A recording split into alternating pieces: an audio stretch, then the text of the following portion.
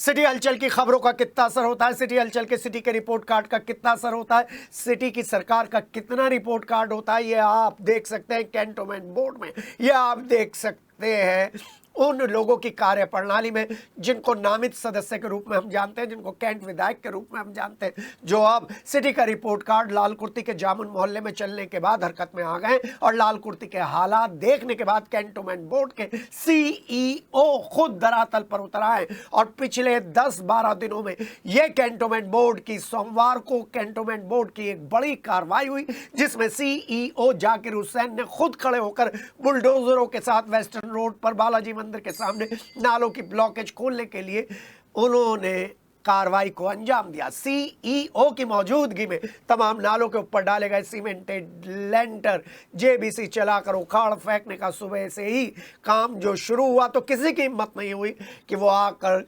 Cantonment board के सामने विरोध दर्ज करा सके। कैंटोनमेंट के तमाम कर्मचारी थे, स्टाफ थे और इस कार्य में जुटे रहे।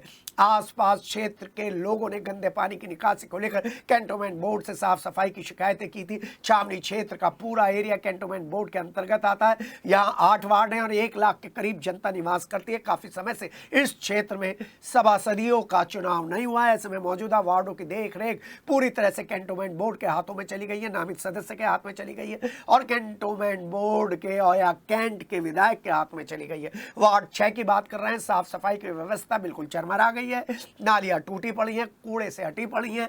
शहर का मुख्य बाजार भी इसी क्षेत्र में पड़ता है। बावजूद इसके हालत अभी तक नहीं सुधरी है, बद से बदतर होती जा रही है। छावनी परिषद का ये जो स्थानीय निकाय का क्षेत्र है, इसमें रहने वाली जनता ने सामाजिक कल्याण, स्वच्छता, स्वास्थ्य, सुरक्षा, जल आपूर्ति जैसी सुविधाएं दिलाने के लिए मेरठ कैंट के विधायक, नामित सदस्य और कैंटोनमेंट बोर्ड के सीईओ के यहाँ गुहार लगाई थी, जिसके करीब 15 दिन बाद ये लोग जागे। 8 वार्ड हैं और 1 लाख जनता अब इनके रहमो करम पर पड़ी हुई है।